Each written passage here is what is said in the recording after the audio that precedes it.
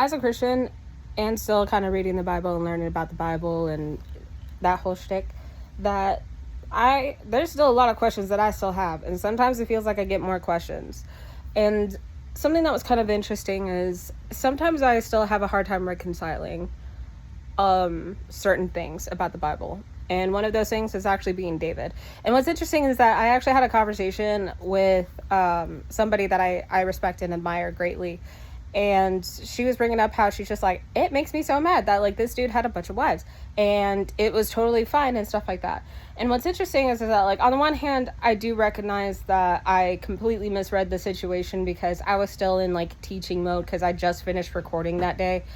And so my brain was rotting, I guess. I don't know. But it was steaming and it just came fresh out of the oven. But anyways, and so I kind of want to talk about it a little bit. So, granted, God doesn't even really justify David doing that. So it's just like, well, why didn't he punish him? He did with Bathsheba, but he didn't do it with Abigail. He didn't do it with the other wife that he picked up that was like never mentioned again. And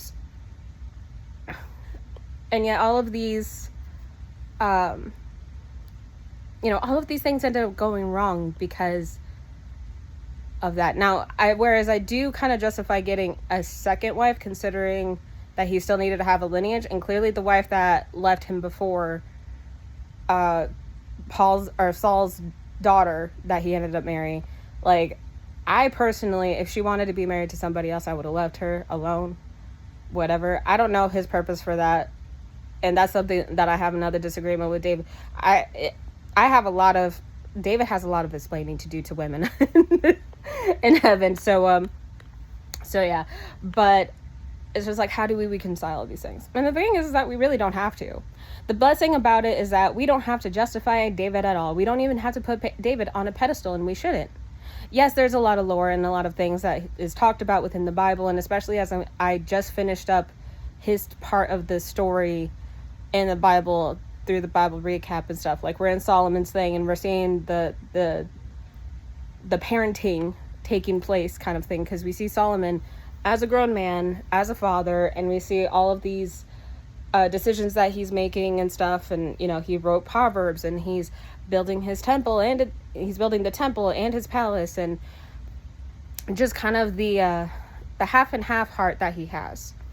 And that's why it's so important to understand that we do not have to take on the same sins as our parents, or the same burdens or spiritual cycles that they did. Because if he learned anything from his parents' relationship, if they were ever that blatant about it, then he would have learned he needs to not take other people's women, but also maybe not take all the women either. He had 700 wives. And if he learned to take wisdom about self-control and apply it to himself in a way that would prevent him from making poor decisions, we would have seen a very different story with Solomon.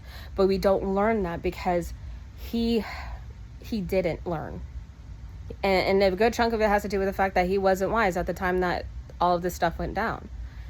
And so it's important that when we do understand the past, like, there's a lot of things that are very problematic about my elders that I see. And even you might have some unresolved conflict with people's actions against you or against other people, or XYZ. And the cool thing is that we can emotionally and spiritually distance ourselves from those things by forgiveness and, Lord, let me detach from this. Like, let me break attachment and agreement with the emotions involved with this. Because, like, I can't stand the fact that there's men in the Bible that are treated in high regard and had multiple wives. That makes me angry because it's a lack of respect and there's a lot of different layers to it, right? But we don't have to justify their actions to understand that God has redeemed them in one form or another. Just like we call Rahab from a prostitute, we don't call her a prostitute, we call her a part of the lineage of Christ because God redeemed her already. And so it's interesting that we have a hard time when it comes to forgiving men. And I think that might be something we need to unpack, because I know that I can do with some forgiveness. And as somebody who lived where the Susan B. Anthony houses and the era of girl power and all this other stuff, I learned to find my my power and my strength in being a woman. And, you know, the generation after me didn't really learn that. And then those generations are like, you know, men are trash and all this other stuff. And we can unpack that completely different conversation. But what we can do is we don't necessarily have to say that was okay, because it wasn't. It wasn't. There's nothing okay about David's actions when it came to women. And we fully understand that. And I think that's another reason why Jesus actually lifted up women as well, because that's another generational curse that he was breaking as well, because Solomon didn't really have respect for women either. And as we kind of continue down the line, we see that like that wasn't really ever addressed. And it was one of those silent things that if you're paying attention and reading between the lines without necessarily putting your own filler in it, that was another generational curse that Christ was breaking by lifting up women and actually letting them be in such high regard in his eyes, which is also redeeming Eve as well, because she left Eden with her head down in shame, and then Jesus raised her up by raising up women and the way that he treats them. So just some food for thought. Let me know what you guys think in the comments. Love you guys. Bye.